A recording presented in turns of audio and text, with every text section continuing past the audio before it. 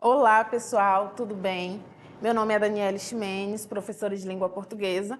Na aula de hoje falaremos sobre literatura e agora faremos, na verdade, um recorte sobre a arte literária e suas funções, tá bom? Então a gente vai rever alguns conceitos e acrescentar novos aí para você enriquecer seu conhecimento acerca da literatura, tá? E aí eu trouxe para vocês, antes de a gente falar da arte literária em si, a conceituação de arte. E aí, lembra daquela questão dos porquês da vida, né? Os motivos, por que eu estudo português, por que eu estudo matemática, por que eu estudo história, geografia. Então, aqui a gente tem aí o foco na arte literária, quer dizer, no fazer literário, e aí a gente vem conceituar o que é a arte, tá bom?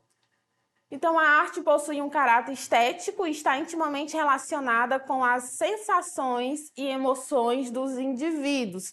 Na verdade, a arte, ela aparece... Quando a gente fala dessa classificação, definição, a gente vê diversos conceitos, mas aqui no conceito que eu trago para a aula de hoje é em relação a essa questão das emoções e dos sentimentos, tá bom? Então, no resumo, que você precisa saber da arte é isso. E aí a gente vai ver outras características que nos levam até a arte literária. E aí a gente pensa aí na literatura como um tipo de arte, tá? Então a gente pode falar, a literatura é uma forma de expressão, uma forma de trazer ali sentimentos, emoções, enfim, desperta vários objetivos, então você vai ver no decorrer da aula essas funções, tá? Então, quando a gente fala aqui da literatura como arte da palavra, a gente pensa na arte e o belo. E aí, muitos perguntam, professora, belo é relativo, mas há quem diga que essa palavra relativo é um perigo, viu? E aí, quando a gente fala do que é belo, a gente tem alguns conceitos aí que começam a aparecer. Eu vou trazer dois deles para que vocês compreendam assim, essa mudança aí de adjetivo, quer dizer, com definições diferentes, tá? Então, primeiro a gente pode pensar aí na antiguidade, que o belo era relacionado à questão estética mesmo, padrão de beleza, o ideal. E, posteriormente, aí no romantismo, a gente tem a mudança desse belo para uma questão mais estética da produção literária, tá? E aí eu trouxe para vocês dois filósofos que trazem uma certa conceituação do fazer literário, né, da literatura como arte. E aí o primeiro deles é o Aristóteles, que diz assim: para o filósofo grego Aristóteles, um dos primeiros a focar nos estudos sobre essa arte, a arte literária é a mimese, imitação. É a arte que imita pela palavra.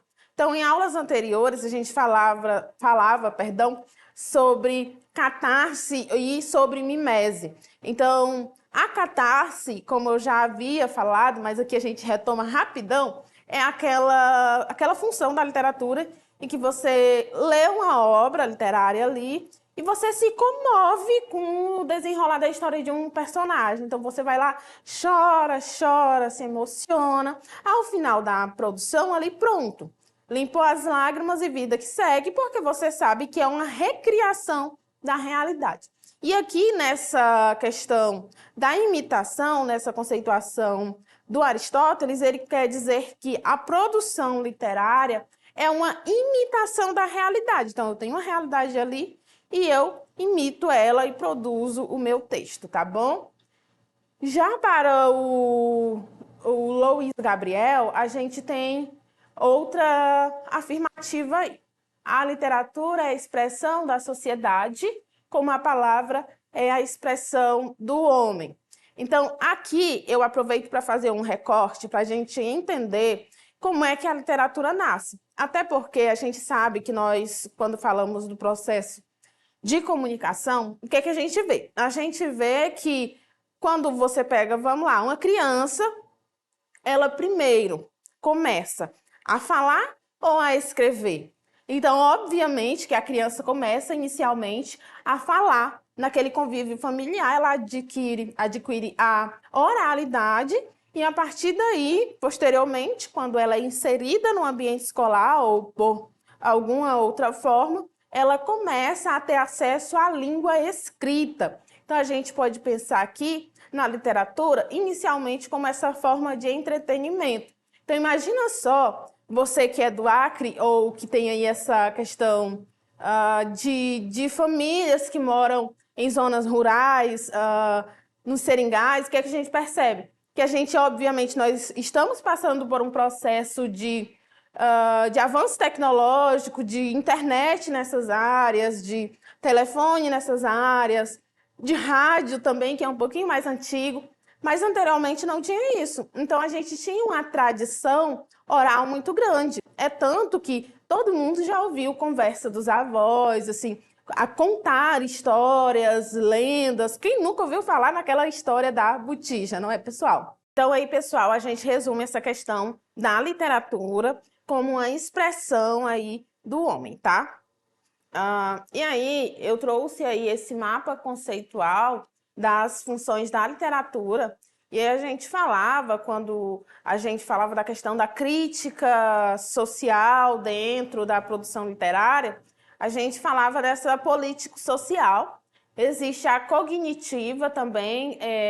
Essa cognitiva, ela leva em consideração a questão do processo também de produção, fazer literário, assim como a estética, tá? Que será um dos focos da nossa aula de hoje, e aí que é a capacidade do texto literário de agradar e comover os sentidos, na medida em que seus elementos formais respondem à constituição do que é belo, que é justamente o que a gente está falando aqui. Acerca da cartática, da catarse, aí eu já fiz um resuminho sobre isso. Então, a gente vai focar, quando a gente chegar lá nas questões, a gente vai observar muito esse processo de construção do texto literário. Como se dá, como é esse processo, como acontece, como se desenvolve, tá bom? E aí a gente vem aqui para a função reflexão. O que seria esse poder da reflexão? Eu escolhi uma imagem de dominó e se tivesse aí na frente de vocês, com certeza, vocês gostariam de empurrar essa peça para ver todas as outras caírem, não é mesmo? Então, assim, eu usei essa imagem para mostrar para vocês que uma produção literária, já que ela é uma recriação da realidade, eu leio aquele texto e a partir dele eu faço uma reflexão, eu começo a pensar, associar aquelas questões ao meu cotidiano, ao meu dia a dia, à minha convivência, e aí eu consigo, inclusive, resolver conflitos, tá? A partir dessa reflexão.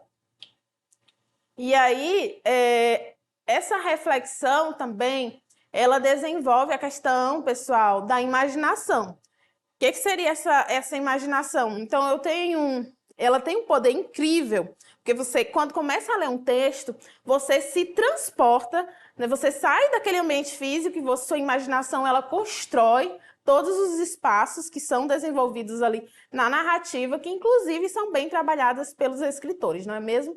Então, a gente tem esse caráter aí reflexivo da literatura. É tanto que, por exemplo, você já deve ter ouvido falar nos chamados gatilhos. Algumas obras, elas trabalham temáticas muito psicológicas e que, de certa forma, alguns leitores eles não conseguem concluir algumas produções por conta da temática abordada ali, retratada, que pode se assemelhar a uma situação traumática vivida pelo leitor e ele acaba por não conseguir terminar a leitura da obra, tá? E aí, a literatura como arma de combate, inclusive, é uma das principais funções da literatura, tá? Então, para além do deleite, quer dizer, para além da apreciação, eu tenho a literatura como arma de combate, como uma forma de denúncia social. Então, aí, outra função da literatura é ser uma arma de combate, pois podemos fazer uma denúncia da realidade atual. Coloquei esse trecho aí do Não Há Vagas, que é um poema do Ferreira Goulart. Ele foi publicado em 1963. E aí, novamente, a professora bate naquela tecla. Lembra? História, história, história e literatura. O que está acontecendo no Brasil em 1963? E posteriormente, o que nós temos aí? A gente tem aquela questão do período da intervenção militar que acontece no país, e aí a crise econômica, financeira e tudo mais. Vou fazer a leitura para vocês para ver se faz sentido.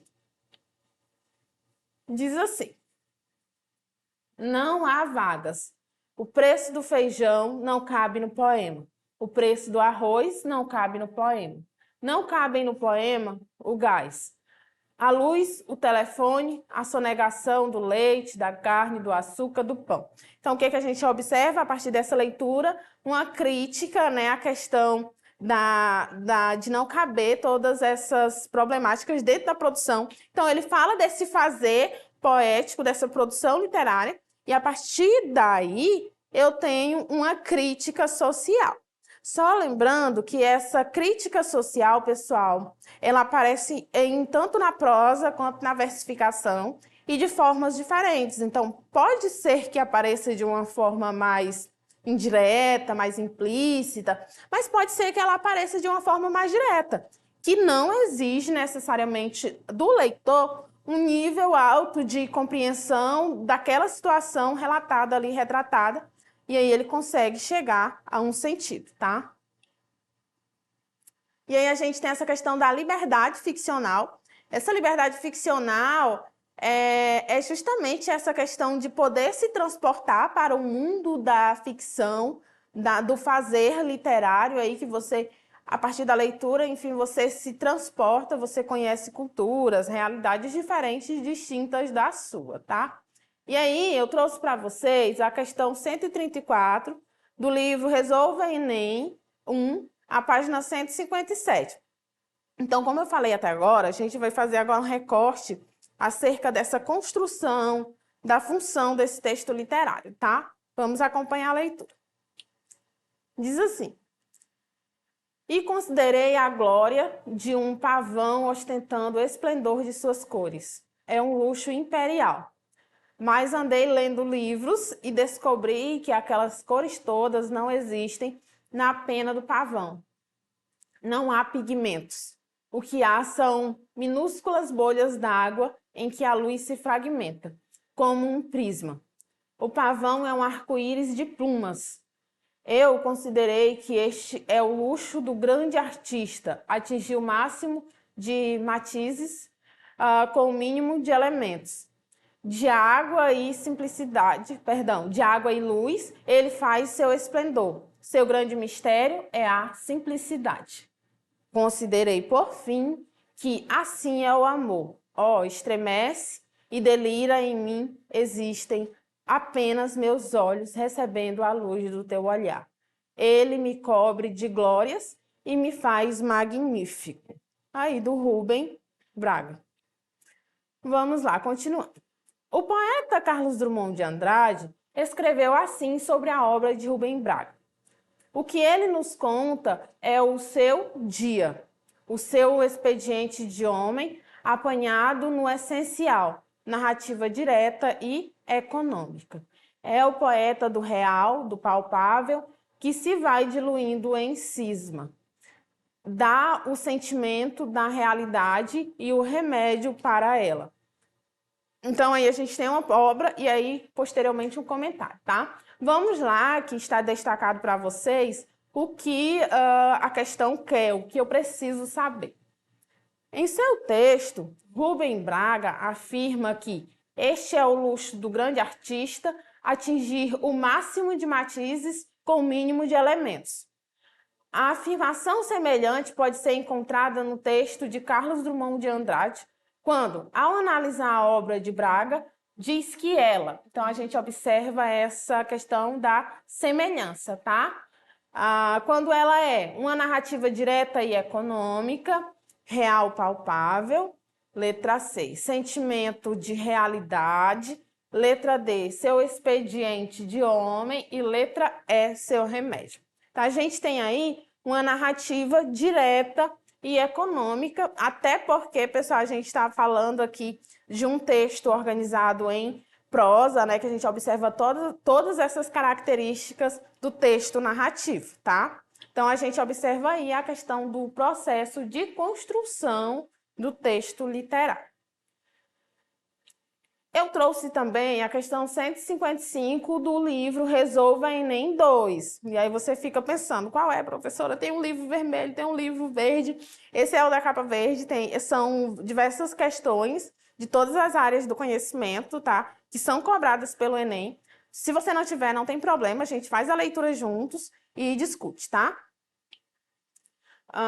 O título do texto é isto.